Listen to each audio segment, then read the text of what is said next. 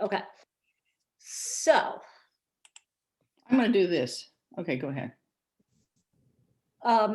So the way this is going to work today is that I have a presentation. So most of the time will be that, but there's just a lot of information. Like there's so much.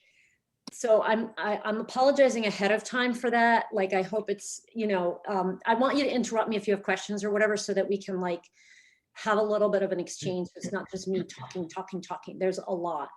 And so if you want to take notes, go for it. Or obviously we're recording this, so you can watch the recording afterwards. I do have slides too, so if anybody just wants those, or maybe I guess we can put them in the email automatically afterwards. Okay, so I'm going to go right into screen sharing. And actually, we're going to start with, okay, now that I'm going into the presentation, could everybody's muted, it looks like. So we'll stay muted, but if you have a question, just unmute. And I don't know how well I can see the chat when I'm in presentation mode, so I may not see the chat. But Danielle also could maybe answer some of the questions that people have too. So we're going to start with a short 3-minute video about immune function relating to COVID. That's what we're going to do first, and then we're going to go into the presentation. Here it is. I stole this from, I didn't steal it. I'm sharing it with you from a BBC special that they did. Typically defend itself against an invader. The process has several stages. Put it back. It starts with the physical barriers. I'm starting again. There's mucus in the nose that traps pathogens. Hold on. Sorry. It starts right at this point.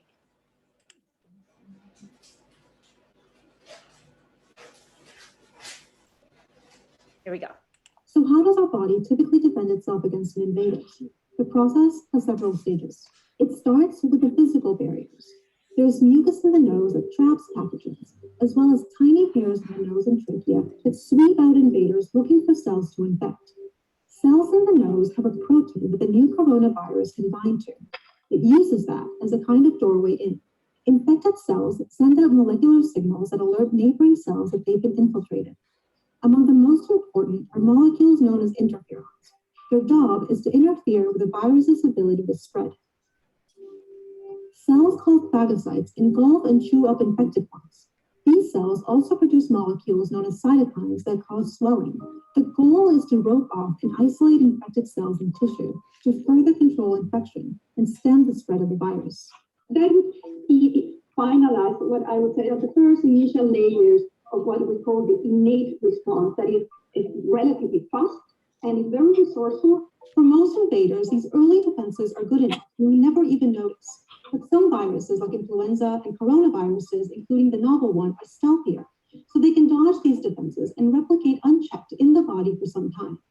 When we feel sick, we're feeling the effects of our immune system fighting the virus. With coronavirus, scientists think there's a very sharp increase in viral load. The higher the viral load, the more infectious someone is. The fact that we don't feel symptoms for days suggests the virus is very good at getting around the defenses the body has to fight infection.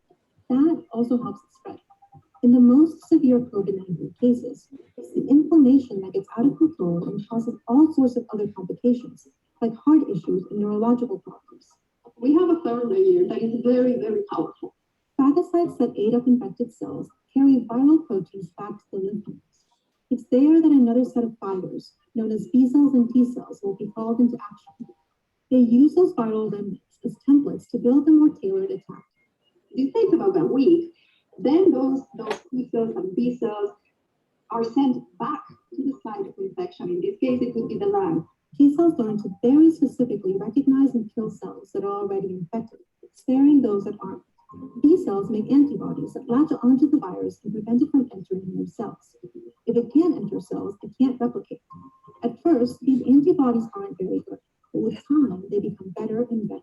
For COVID-19 patients, scientists can pick up antibodies starting at about 10 days after symptoms begin, according to recent research. For many viral infections, this is typically good enough to protect us from getting sick again. As this is going on, the amount of virus in the body starts to level off. How long this takes depends on a variety of factors, including age, gender, pre-existing conditions, how severe an infection was, prior immunity, and how good an individual's immune response is. Okay, so that was, I just thought it would be nice to have some visuals to give you a little bit of an overview of how the immune system kind of works. I mean, that's incredibly simplistic, but you kind of have the idea that the virus comes in and it attaches to certain cells. These are the ACE2 receptor, ACE2 cells. And then there's an immediate response that occurs. And then there's like this delayed response, right? Like the B cells and the T cells, and those are the antibodies. That happens later on. So just kind of, even if you just have that basic overview understanding, that's a good place to start. Now I am going to screen share again into my slides.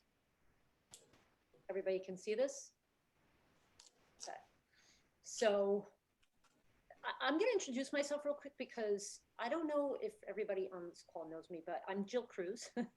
And I am a board certified nutritionist. I have a Master of Science degree in nutrition.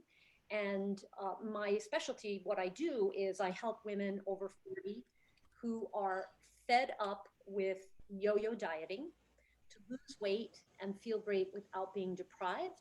And I do this by working with your nature rather than against the nature. Most diets work against our nature. So that's why my business is called Work With Your Nature Weight Loss. So briefly, that's who I am. And this topic may seem unrelated. It's like, well, what does immune function have to do with weight loss, Jill? I mean, I just think this is a really important topic to talk about. That was why I wanted to do this webinar. But also, they are related because if you don't take care of your body, then your immune system is compromised. I mean, there's no other way to put it. So that's why we're talking about this today. Okay. So I want to first talk about the topic of immune senescence. Has anybody heard of this? So senescence, immune senescence, really another way you could say it is immune aging. So as we get older, our immune system ages with the rest of our body, and certain things happen. So our immune system becomes more compromised. So we're not as good at presenting antigens. We don't have as many macrophages. We don't have as many T cells, and we have more inflammation. So the interleukin-6, you may have heard about that relating to this inflammatory cascade that occurs with COVID. So basically, as we get older, our immune system is compromised. However, if you notice, this study is about physical exercise, and it's actually a really interesting study, if for any of you that are interested in that kind of thing. But it's talking about physical exercise and how you can actually reverse some of that aging of the immune system. In other words, reduce immune senescence with physical activity and exercise, which I thought was amazing. And they mentioned that with elderly people who are more active, they could have an immune system that's quite young, not their biological age. So there is a way around this. We don't have to just say, oh, well, I'm old, so now my immune system is compromised. You can do things about it. And exercise is one of them. So we're going to talk about 4 things today, 4 lifestyle factors: sleep, stress management, physical activity, and nutrition. So we'll go right into it. So we're talking about 4 things. I don't want you to think that I'm saying to you, well, you need to work on stress and sleep management, all of this stuff all at once, because that's ridiculous. I can't do that. You want to pick one area to work on, and you may already be pretty good at some of these areas. But so if you're pretty good, maybe you want to focus on where you're not as good, and just a couple of changes, because I'm talking about what the goals are, but I mean, it takes time to have these things be habitual. So talking about sleep first. Sleep is the foundation for all health.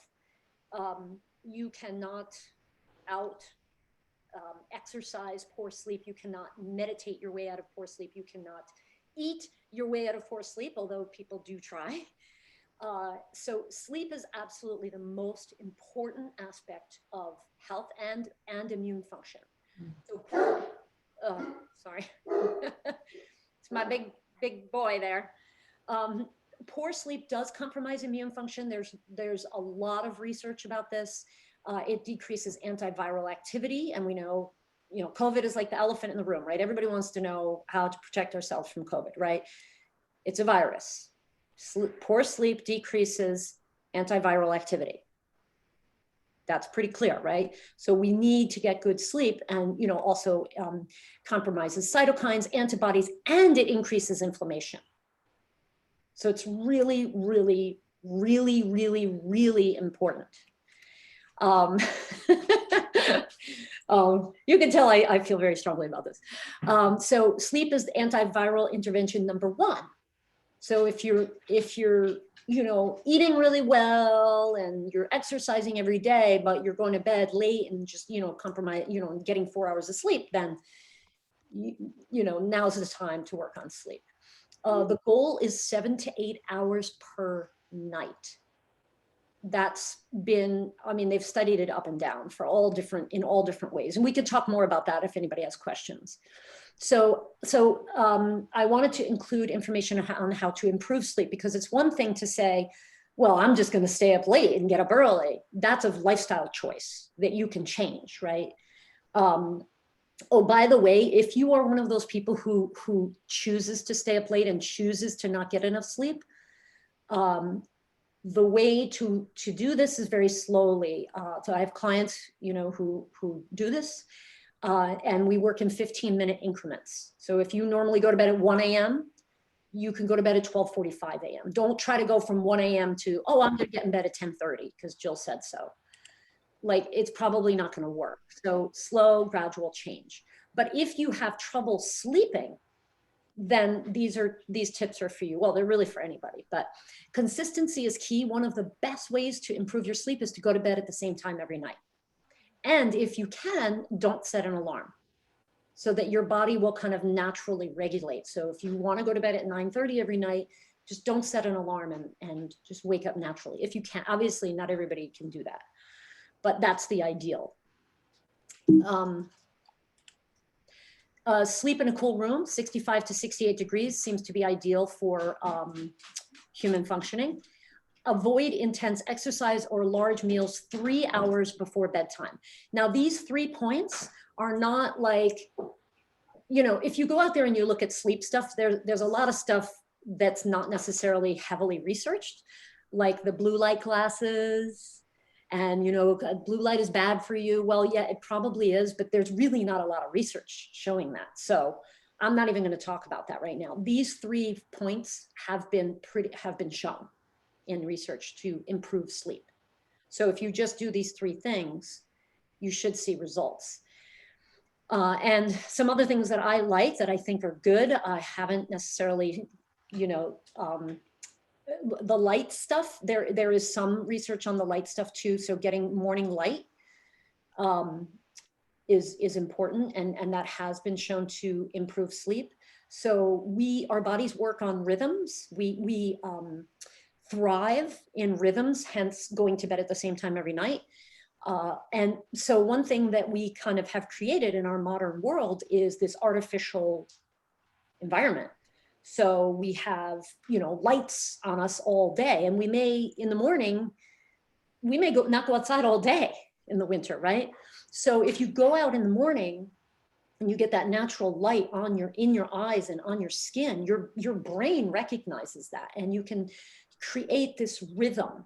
The more that you create rhythm, the more your body is going to thrive and want to have that rhythm. So go to bed at the same time, get up and go outside.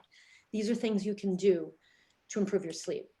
Another thing that's, I think it's kind of obvious, it's not like I read a study about it, is if you can keep your room pitch dark, that may help. And also just being active, right? We are meant to move, which I'm going to say in a few minutes again, but it's so important. So if you're sedentary all day, then yeah, your body is just not as tired at night. So naturally, it's harder for you to fall asleep. So we want to be not just mentally tired, mentally exhausted and stressed. We want to get that physical activity so our bodies are, you know, tired. Like it's time to sleep now. So so that's sleep. Any questions about this so far? You can unmute if you have a question.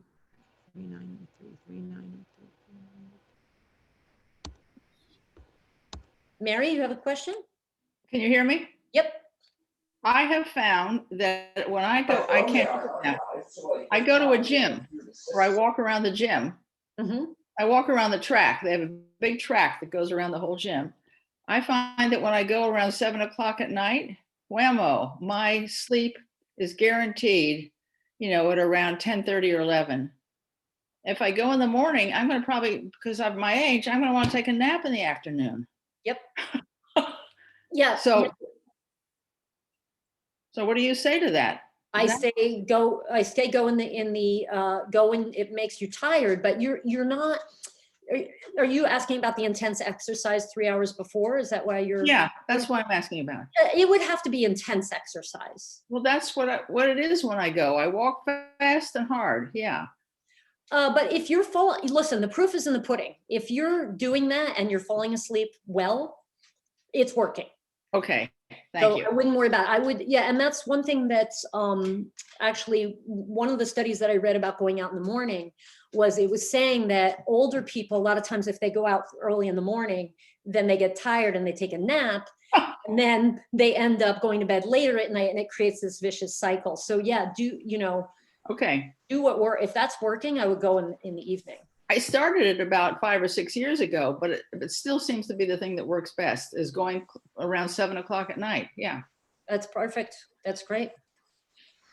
Okay, so we are going to move on to stress.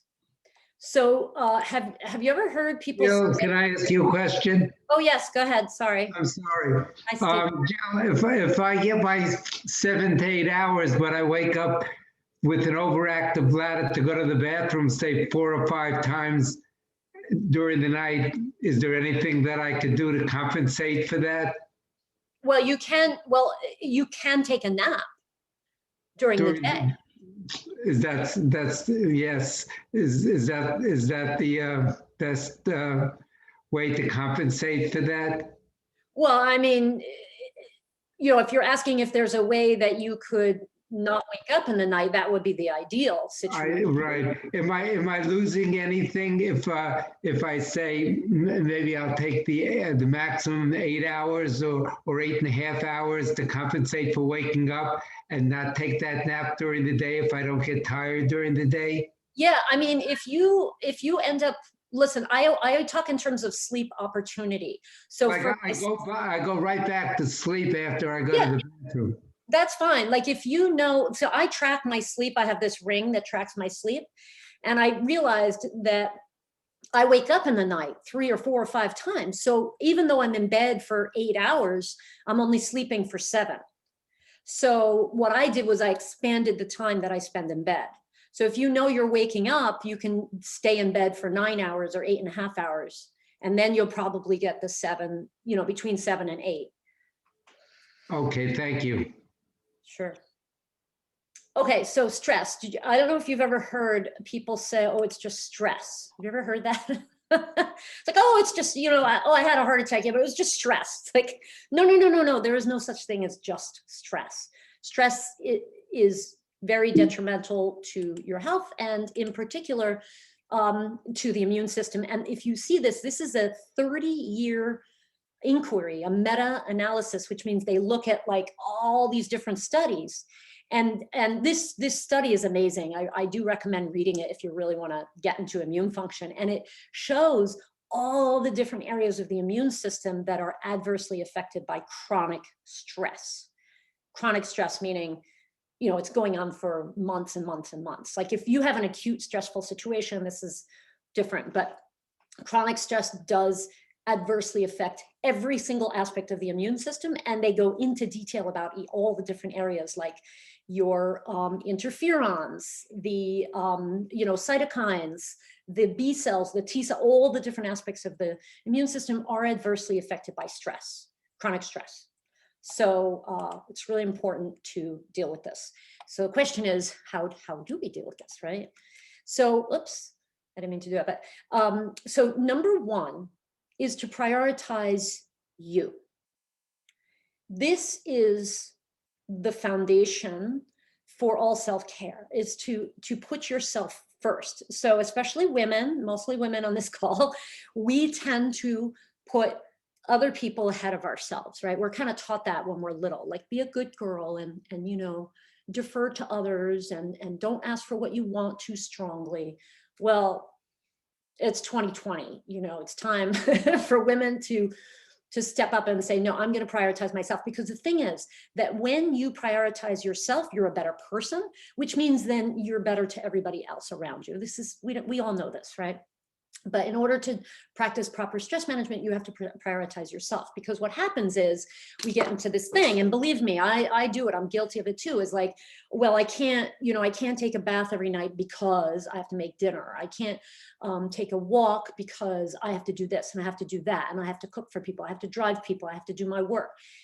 And then we end up being totally stressed out. Why? Because we're trying to please everybody and put on some kind of show. So this is the foundation of stress management. Now, one of the greatest things you can do is practice proper time management. And this is kind of goes back to what I was just talking about, oh, I can't do this, I can't do that because I'm too busy. Well, we have to practice saying no, right? Every time you say yes to something, you're saying no to something else. So if you say yes to taking on that extra project, you're probably saying no to, you know, relaxing a little bit at night, having an extra 30 minutes of relaxation. So managing your time, managing what you take on, and really, you know, I mean, I'm a huge fan. I could talk for an hour about time efficiency because I'm fascinated by this, but you really can get a lot done if you have your schedule laid out properly, and you can estimate how long things are going to take. So proper time management is very important. We can talk more about that. I love that topic. Reframing. So this is interesting. There have been a couple studies that have shown that when you walk around going, I'm so stressed, I'm so stressed, I'm so stressed, that actually makes the stress more damaging to your body. So the reframe means you may still be under the same amount of pressure, but the internal conversation is different. The internal conversation is, this pressure is making me a better person, or, you know, I'm excited about these things. I want to do these things. So kind of turning anxiety into excitement, or stress into saying, well, this is making me a better person, this is making me more resilient. This is honing my skills, whatever it is. So trying to put a positive spin on stress actually can make it less damaging. And this is based on research, like brain neuroscience research, that when we reframe the stress as a positive thing that's helping us, it actually reduces the negative consequences that happen in the body. Getting into nature, amazing, amazing way to deal with stress. First of all, one study showed just 20 minutes to 30 minutes in nature lowered cortisol. So they actually measured people's cortisol before they went into nature, and then when they were done sitting in nature. And it could be, you could be in a park, and you don't have to go to Harriman or something, you know, be in the woods. Just as long as you feel like you're in nature, that will lower cortisol. And also just listening to natural sounds also lowers the stress response in the body. So and this is like the easiest thing, right? Just put nature sounds on while you're working. Like play, you know, waterfall or birds chirping or crickets or, you know, the wind blowing or whatever it is. And you can play that while you're working, and it's actually having a sort of calming effect on the nervous system. I just love that because it's so easy to do that. Helping others. How is it easy to do that? Well, okay. For me, I'm on the computer all day, Mary. So for me to play like waterfalls in the background is really easy. If you're not on a computer, then it's a little bit, you know, you have to put it on your phone, play it in your living room or whatever. Thanks, dear. And then helping others also. So, and again, this is research, people who had high level of stress, but they volunteered in their community regularly. It was as if, in terms of their mortality rate, you know, how long they lived, people who help others, they live as long as people who don't help others and have moderate or low stress. Does that make sense? So you could have high stress, but you're helping people.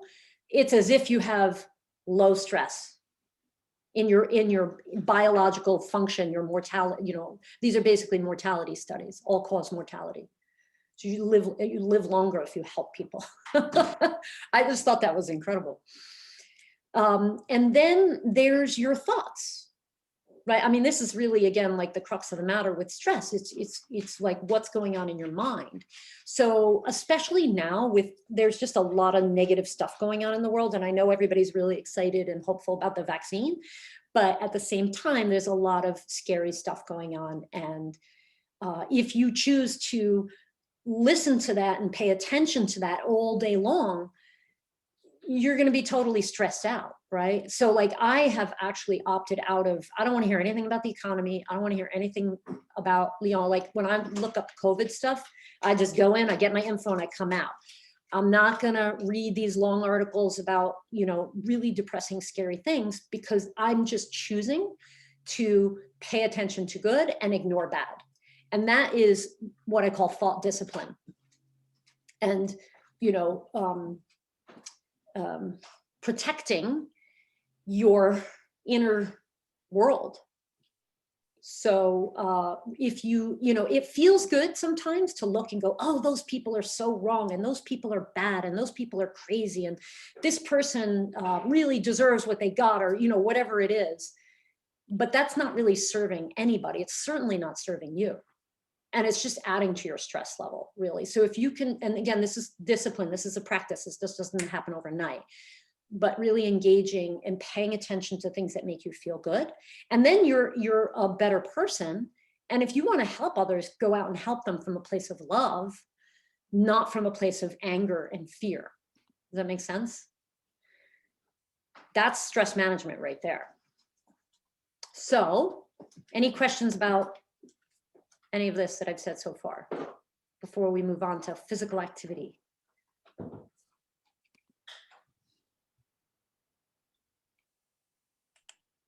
Okay.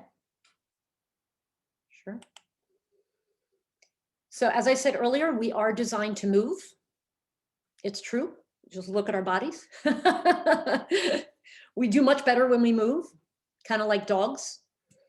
I always wonder at people who are like, well, the dog needs a walk. I'm like, no, you actually need a walk. The dog needs a walk too, but you also do.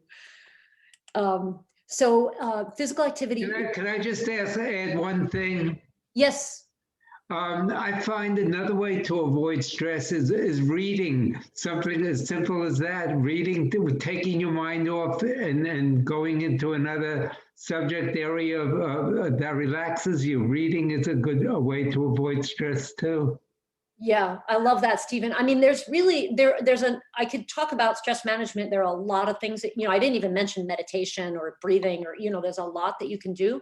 But what you're talking about, I think, is also to a certain degree just distraction, right? So like it's easy to get into that mode where you're, you know, watching the news and feeling depressed. But if you just went and read a really good novel or something you're really interested in, suddenly your mood has changed. So I love that, Stephen, that suggestion. Just read a book. Relax and read a book. So physical activity, again, referring to that research article that I put on the first page about immune senescence, right? So we know that physical activity can actually reverse some of the damaging effects of age, because just from aging, that's a natural process, right? But also the diseases of obesity, type 2 diabetes, cardiovascular disease, can actually reverse some of those immune senescence. I think that's amazing. I mean, you can exercise for free. Of course, if you know, sometimes you have to pay to really bring it to another level, but like this lady's jogging, she doesn't have to pay anything to do that. Like it's it's really, really available to us, and it's super, super powerful. So the research that's been done on exercise has shown that light to moderate exercise is best. On the next page, we'll talk about more, but also just being generally active is important. So I like to differentiate between just walking. So a lot of my clients, most of my clients in their 40s and 50s, some in their 60s, and they say, oh, I walk 30 minutes a day, but I don't lose weight. And I'm like, well, that's technically not really exercise. That's more just being a human being. So cooking, cleaning, gardening, puttering around the house, taking a walk, biking or swimming or playing a sport, these things are, it's just human activity. So we want to kind of differentiate between human activity and exercise. Now, if you're older, then yeah, walking, like Mary was saying, walking a brisk, hard, and I know Mary very active in general, but a brisk, hard walk is exercise. But if you're 45, you need to be doing more. So, but just differentiating that in your mind, there's physical activity and there's exercise, and we need both. But when it comes to the immune function, you don't want to overdo it. 30 minutes of exercise, moderate exercise, 5 days a week is the goal. Now, I'm not saying that, if you don't work out regularly, this may seem totally overwhelming, and that's fine. You don't have to start with that. Actually, don't start with that. Start with 5 minutes a day, 5 days a week. Because, gradual change is much more powerful than I'm going to work out 150 minutes a week because Jill told me to. And a week from now, it's like, oh my God, that was real. I can't do that. It's too hard. So you want to work your way up to this. But you also want to, very interestingly in this study, multiple studies show that overtraining temporarily inhibits immune function. So if you're going at it really hard for 90 minutes or more, you are temporarily inhibiting immune function. I'm not saying that's bad, but if you're a little bit immunocompromised, or you're older, or you're worried about this, you may want to just tone it down a notch. If you're 25, go for it. Just do it. But there is that effect of hard, very high intense exercise. But the moderate exercise. Welcome to the webinar. You have entered as an attendee in listen-only mode. Sorry. But the 5 days a week, 30 minutes would be great for your immune function. Okay, so we talked about sleep, stress, physical activity. Questions, comments, concerns? We'll move on. So adequate nutrients are essential for a well-functioning immune system. Does that sound important? It's like really, really important. So before I was a nutritionist, I used to think, like, I knew that I wasn't super healthy in my diet, but I was just like, it'll work itself out. I was young. I was like in my 20s, and I was like, whatever, like, I know I'm probably not eating enough iron, but like, it'll figure itself. I mean, I really did think that. And that's just magical thinking, because it absolutely does not just work itself out. Now, when you're young, your body compensates so much better, but as you get older, it becomes much more challenging. So in order for your immune system to function properly, you need the raw materials, and the raw materials are nutrients. So when chemical reactions occur in the body, we need vitamins and minerals. Those are cofactors. They make the reactions happen. So they're not just like fluff. You really, really, really need them. So we're going to start in nutrition talking about food, which is the most important intervention. And this one right here, like, if you listen to this entire presentation and you think, well, I can only do one of those things, which you should be thinking, and you're not already doing this, I would say this would be intervention, well, after sleep, probably the most important intervention. And that would be to avoid the simple carbs, refined carbs like donuts, croissants, crackers, cereals, that kind of, basic sugary cereals, any kind of refined sugar, processed food and bad oils. Yeah, I know that's a lot. But this stuff is causing inflammation in the body, and that's compromising your immune function. Because what is inflammation? Inflammation is that your immune system is really busy doing something. Like it's already activated and moving and working hard on nothing, right? There's not necessarily a virus that it's it could be attacking your own tissue, right? So we want to reduce inflammation as much as possible, and that means removing these foods. And also, I guess I could have flipped these in order, but anti-inflammatory foods are also beneficial. Fiber by its nature can be anti-inflammatory because two reasons. Number one, fiber feeds your microbiome, which is the beneficial bacteria that lives in, well, all over your body, but in particular in the large intestine. So that microbiome, the healthier it is, the healthier you are, period. Like your microbiome speaks to your nervous system and your immune system on a, constantly.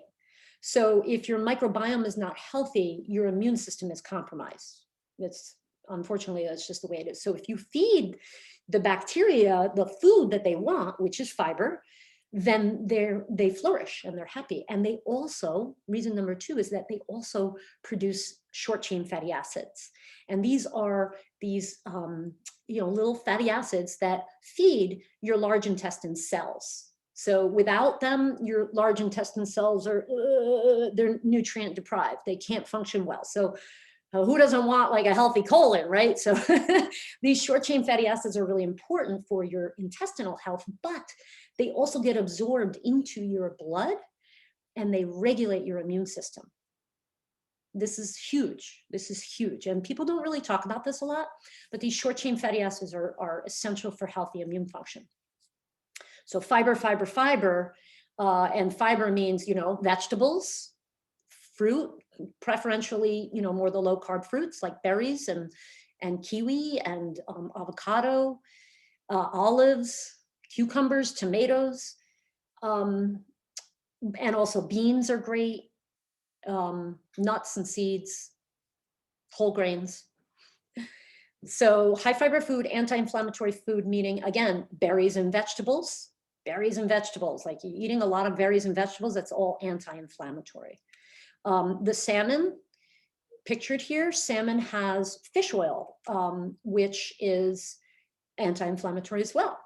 So if you're not eating, now fish can be problematic because so much of it is contaminated, but there is, there's a group of fish that you can eat pretty safely. Salmon is one of them. I was going to say squid, but most people don't eat squid. That's just always the first one that comes to my mind because it's super cheap and it's very nutritious. But, you can eat shellfish, you can have anchovies, herring, sardines are amazing. Like there's a lot of fish that you can eat that's safe. But the fatty fish has the fish oil. So if you're eating fatty fish 4 to 6 times a week, you probably don't need fish oil. But if you're not, I would get a good fish oil like during the winter. Don't take it all year because it's really probably excessive. So moving on, smoothies and vegetable juice. Go ahead, Mary.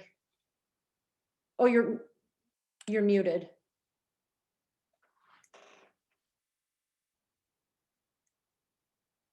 How do I get a fish oil? In a bottle? You could get it in a bottle. It's probably best. Really? Yeah, because the thing is, it used to be that you can buy fish oil in the liquid form. The problem is potentially problematic though, because that oil is so sensitive to air, heat, light, and most importantly, time. So the longer it sits in that bottle and gets exposed to air, it becomes oxidized. So when you buy it in those little gel caps, it's more protected. Oh. So besides eating fish, you can get like an EPA, DHA. I mean, if anybody, I can see the chat here. Hold on. I'm trying to move the chat so they can read it. All right, well, I can't read the chat. I thought I could. So, oh yes, I can. So yeah, so that's, you can take those fish oils. I mean, you know, I'm about to say, Which one do you suggest buying? I like Designs for Health. Yeah, okay, I've heard of that one. Yeah, I'm sure you have. Like, I like Designs for Health for a lot of things. I just think they're a really good company. And Dr. Leventhal recommends Designs for Health, their fish oil. It's called. Is that what I asked? Is that what I asked for? Fish oil? That's going to be the title of it? No, Fish it's oil? going to be, let me find that chat again. I can put it in the chat. It's going to be EPA, the product by, okay, someone asked me a question too. So I'm going to put it in here. It's called Designs for Health Omega Veil. That's got the EPA and DHA. Divine for Health Omega Veil. Omega Okay. Veil, yeah. And somebody asked me to define bad oils. Do you guys have another hour? Okay, well, let's put it this way. Fried food out, right? Obvious. Basically, almost every processed food that you buy has bad oils. It's got either canola oil or soybean oil or cottonseed oil or you know, the latest and greatest organic expeller pressed sunflower or safflower oil. These are all in the category of bad. I actually have a blog post. Maybe Danielle, you could find it. Do you know which one I'm talking about? I actually did a blog post about oils and fats, which I recommend you read. Like it's very comprehensive. So, okay, moving on. Soup, bone broth in particular, very good for your gut. What's good for your gut is good for your immune system. Always remember that. If it's good for your gut, it's good for your immune system. But you could, if you don't eat meat or something like that, you can do a beautiful broth, a soup made with tons and tons of vegetables. Even if you do eat meat, you can still do that. Eggs are a superfood.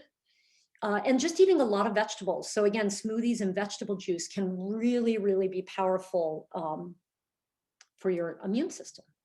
Okay, we're gonna move on because I want to get through the supplements stuff or the, the extra nutrients. Okay, so specific nutrients, if you don't know what your vitamin A and your vitamin D levels are, you just get tested. Like everybody should be being tested right now. Because you may not know what your status is. You may be fine. But also I have my disclaimer here. Everything that I'm talking about, you need to always consult with a doctor before you make any changes, in particular when we're talking about supplements. Okay, it's one thing to say, work out 30 minutes, 5 days a week. It's another to start talking about supplements. So I want you to just make sure that you don't start anything without consulting with your health professional. Okay, so the RDA, that's the recommended daily allowance by the government. That's what the government tells us, that we should eat a certain amount of all these different nutrients, vitamins and minerals. It's there to prevent deficiency. We have to be very clear on this. It's to prevent deficiency. It's the minimum, it's the bottom. You can go up from there with almost every single nutrient, especially when we're talking about boosting your immune function. Okay, we're going to talk about vitamin D because I'm sure everybody's curious about vitamin D. So this was a study that just came out. I think it's a rolling study because when I first looked at it, it had 160,000 people. And when I last looked, it had over 200,000. So it's a rolling study. And they basically what they found was that people who had vitamin D levels of 45 or higher had the lowest rates of COVID-19 positive results. Okay, so forget about symptoms, hospitalizations, forget about all of that. You just test positive less.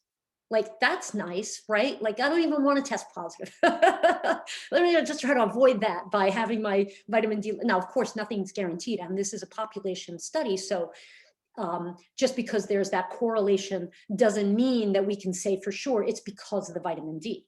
It could be because these people happen to be healthier. Maybe they're more active. Nobody is looking at that. They're just looking at the numbers. However, I will say that this study has been done on many different age and race populations and different areas of the country. And the correlation remained the same no matter what the population was. And the reverse was true: lowest levels of vitamin D, highest rates of positive COVID tests. Duh. Like, to me, when I hear this, I'm like, this is a no-brainer. A no-brainer. The only thing that I'll say is that vitamin D, you need to test your levels, because if you have too much vitamin D, it can be toxic. And we don't want that, obviously. So get your levels tested, but 5,000 IU a day, your doctor may look at you crazy, but even if you did 1,000 IU a day, it would probably make a difference. So, you know, be safe about it, but really 5,000 IU a day is pretty much a maintenance dose for most people. But again, check your levels first, because if you get your vitamin D tested and it's 55, you probably don't need 5,000 IU a day. Maybe you can get away with 1,000 or 2,000 and then test again in a couple months and see where you're at. So I'm sorry that it's not so simple and straightforward, but this is the way to do it properly. Same thing with vitamin A, get your level tested. Vitamin A is even more risky for toxicity. It's easier to get vitamin A toxicity. So again, you want to get tested. Most multis will have 5,000 IU a day. There's two types of vitamin A. So they have the plant-based one. So it's safer. But I like multis that have a mixture of the plant-based and the, which would be like beta carotene, and the preformed vitamin A, which is retinol palmitate. So again, even if you were taking 1,000 IU a day, it would be better than nothing, and you're not going to develop toxicity at that level. Zinc is really important. You know, if you're low, it's a problem. If you're not low, you really don't have to worry about zinc. It'll be in your multi. So again, if you can get tested, that's ideal. So, you know, to be safe, you could take 15 milligrams 3 times a day. Minerals are not absorbed very easily in the body, so we want to take smaller doses throughout the day rather than taking, oh, I'll just take all my zinc in the morning. Well, first of all, you'll probably get a stomach ache. But second of all, you know, you're not going to absorb most of it. So by the way, take zinc with food, because even though it's best absorbed without food, the chances of you getting a stomach ache are high with zinc if you're on an empty stomach. Vitamin C, you do not have to go out and take 1,000 milligrams of vitamin C every day. Get it from food first. It's not that hard to get it from food. And vitamin A is pretty easy to get from food too if you eat meat and animal products. Vitamin D is harder and zinc is harder, but vitamin C, strawberries, blueberries, tomatoes, citrus fruit, it doesn't take much to get vitamin C. But have vitamin C, unless you're just not eating fresh fruits and vegetables, raw fruits and vegetables, then you should probably take it. But I have vitamin C in my fridge, because if anybody I have a tickle in my throat. Okay, here you go, 1,000 milligrams for the next 4 or 5 days. And this is all based on research on vitamin D and the common cold and the flu. And then you want to take a good multi. B vitamins, vitamin E, and minerals are absolutely essential for proper immune function. So a good multi and maybe some vitamin D on top of that. For most people, like if you're healthy, you can get away with that. You don't have to go and spend hundreds of dollars on all these crazy supplements. That being said, we're going to talk about Nutrients Plus. So listen, everything from here on out, I only want you to think about these things if you're really immunocompromised or you feel like you're at high risk for whatever reason. But ideally, you would do everything that I just told you first before you went and spent a bunch of money on fancy supplements. Okay, lifestyle diet first, and then a good multi. If you do that, you're already above, you know, probably 95% of the population. But if you want more, there's more stuff, you know, but don't go to this and then be sleeping 4 hours at night. That's silly. So there's something called N-acetylcysteine, or NAC, which is it's the raw materials to make glutathione. And glutathione is a molecule in the body that is very important for antioxidant. It's very important for immune function. Very, very important.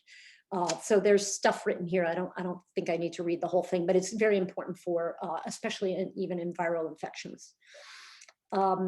And that's the reference. And you guys will get these slides. And I want to get through to the end because I see that it's 1:53. Oh my gosh. Melatonin, I don't know if any of you know, but Trump got melatonin. He got glutathione too. He got everything you can imagine. It's pretty amazing how he just sailed through COVID, right? He has multiple risk factors. So melatonin, not as well researched as glutathione, but there was this clinical work that was done in Cleveland Clinic. So it reduced the likelihood of testing positive. And melatonin is safe and it's anti-inflammatory, and it's even been shown to help with weight loss. Elderberry is controversial. It's probably safe, but if you have autoimmune, you should probably avoid it. And if you're worried, you should probably avoid it because stress is worse for your immune system than elderberry. I can pretty much guarantee that. And then we have probiotics.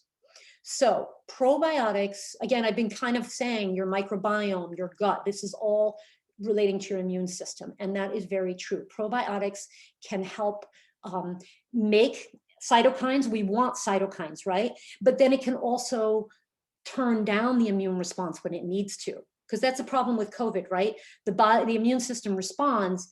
And then with some people who have a dysregulated immune system, the response is overkill, right?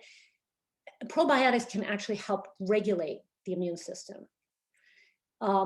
They can have a positive effect on the innate immune system and the adaptive immune system. So that's the first part is like, virus coming in, let's attack it, right? And the second part, the adaptive immune system, are those B cells and those T cells. So probiotics help with both. And the T cells and B cells, and it's also can help produce basically immune balancing, right? So TH2 is more pro-inflammatory, TH1 is more, well, that's a very simplistic way of putting it, but suffice it to say that probiotics help balance out that T cell immune response, which is just awesome.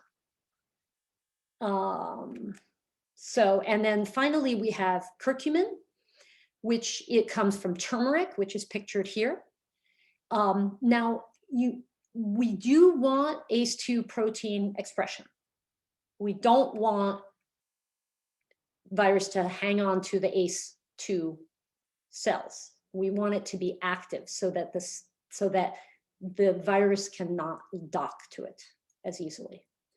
Curcumin is also anti-inflammatory, which is, so cool. And you can get it as a supplement. You can use it in your food. Turmeric, right? You can put turmeric in your any kind of spicy foods. It's fantastic. Adaptogens, those are nutrients like polyphenols, plant-based foods that plant-based constituents, I should say, that help your body respond to stress. So ashwagandha and rhodiola are two. I think I may have misspelled those a little bit. Alpha lipoic acid. This is a little bit more new in the research, and so is resveratrol. There's actually a study being done that's starting right now about resveratrol and COVID. Because again, this ACE2 protein expression, that's what we want that. So these guys are a little bit less well researched right now, but they're safe.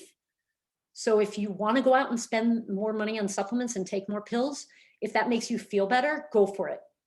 I mean, I take a lot of these things, but that's just me. I would rather have you working on your foundational stuff first, and then the supplements come later. I think I've made that very clear. Okay, so your health is in your hands. We are not victims. We have to take responsibility for our own health. No one is going to save us. A vaccine is not really going to save us because most of the problems that we have are due to poor health, right? So I guess that's controversial. I won't go much deeper with that. I'm not bashing vaccines. I hope that we can have a safe vaccine very soon. But I'm saying even if you get the vaccine, you want to take care of your health, proactively and be responsible for your own health. It's not up to somebody else. It's up to you. So it's 1:58, and usually our presentation piece doesn't go as long as this did, but it's just a lot to talk about here. So anybody have questions? Jill, I have a question. How do you get, hey, how do you get tested for nutrients deficiencies, like not going to the doctor? Is there like a cost-effective way to get like a at-home test kit or something? Or can you like get your own lab tests? I don't know. I've never been tested, so I'm not sure. There may be ways to do it. Like, I don't know if Danielle, you know about these, but like there are these independent labs out there that you as a consumer can go on. Like, I think what? Quest Diagnostics offers you an opportunity to buy your own tests. Oh, they do. Okay. Yeah. Okay. Awesome. Yeah, that's really easy. But I know like Life Extension is one company. They sell supplements. They have, they do a ton of stuff. And I think you can go to Life Extension, create an account, and then request blood work. So vitamin A and D are, in my opinion, like, I think anybody who's not testing it is, I mean, if you know about it and you're not testing it, it's a little, And then like, how often do you get tested? Like, should I go, because I take those supplements, but should I like not take them for a week and then get tested? No, you can keep taking them, because the fat soluble vitamins A, D, E, and K are stored in your body. So even if you didn't take it for a week, it's going to show, your past couple of months, it builds up. Okay. So yeah, so the ideal situation is you get tested and you go, okay, that's what I look like when I take 5,000 IU a day of vitamin D and I take no vitamin A, let's say. This is what I look like. And now for the next 6 months, I'm going to do something different or the same thing, and I'm going to get tested again and see what I look like when that happens. So you want to look back on what you've been doing and then act accordingly. But keep in mind that in the summer, when people go out, bye, Lynn. Thank you, everybody. Anybody who has to jump, please feel free. We're going a little bit over here. Joe, can I say something? Yep. First, I'd like to thank you for a terrific presentation again. I enjoy whenever I'm listening to you. As a senior citizen, I just want to make a comment. With the gyms closed, I've learned to adapt a little bit and not rely on them so much. So what I've been doing is I walk or walk every day, but I've learned to feel that I feel a need for a sport to go along with the walking or running as a senior citizen. Maybe younger people need more of the weight training to go along with that. And it's good for socialization also, the sport, which helps with the stress that we talked about. So what I do now is I play pickleball. And I'm not very good, but with the socialization, the people are really terrific, and they put up with people like me. So that's a wonderful thing. But it doesn't have to be pickleball. It could be swimming or golf or any number of things. And I find that as you get older, you make adaptations in a lot of things, and this is one of the things that I've found I've been able to do, and it's been very helpful to me. Yeah, that's great. Thank you for sharing that, Stephen. I think it's wonderful. You do have to be adaptive, especially with COVID and not being able to go to gym. We all have to be adaptive. But I like that idea of it's not just walking, you're adding the social aspect, and you're getting another form of physical activity, because the body, like the repetitive motion of walking can be a little bit straining sometimes. So if you do something completely different, it can be good, to avoid injury and that sort of thing. So I love that. Fantastic. Does anybody else have any burning questions? Because I actually have a call at 2, but I don't want to cut off anybody if you have, you all know where to find me if you have a question. You can always ask me. So hopefully this was useful, and the the information will go out in an email. And thank you very much. Oh, I'm glad to reduce people's stress. Yes. All right, you guys, thanks so much for Thank coming you. and have a good December. You Be too. safe. Good holiday. Thank you. You take care. Thanks. Bye-bye. Bye. Bye. Bye.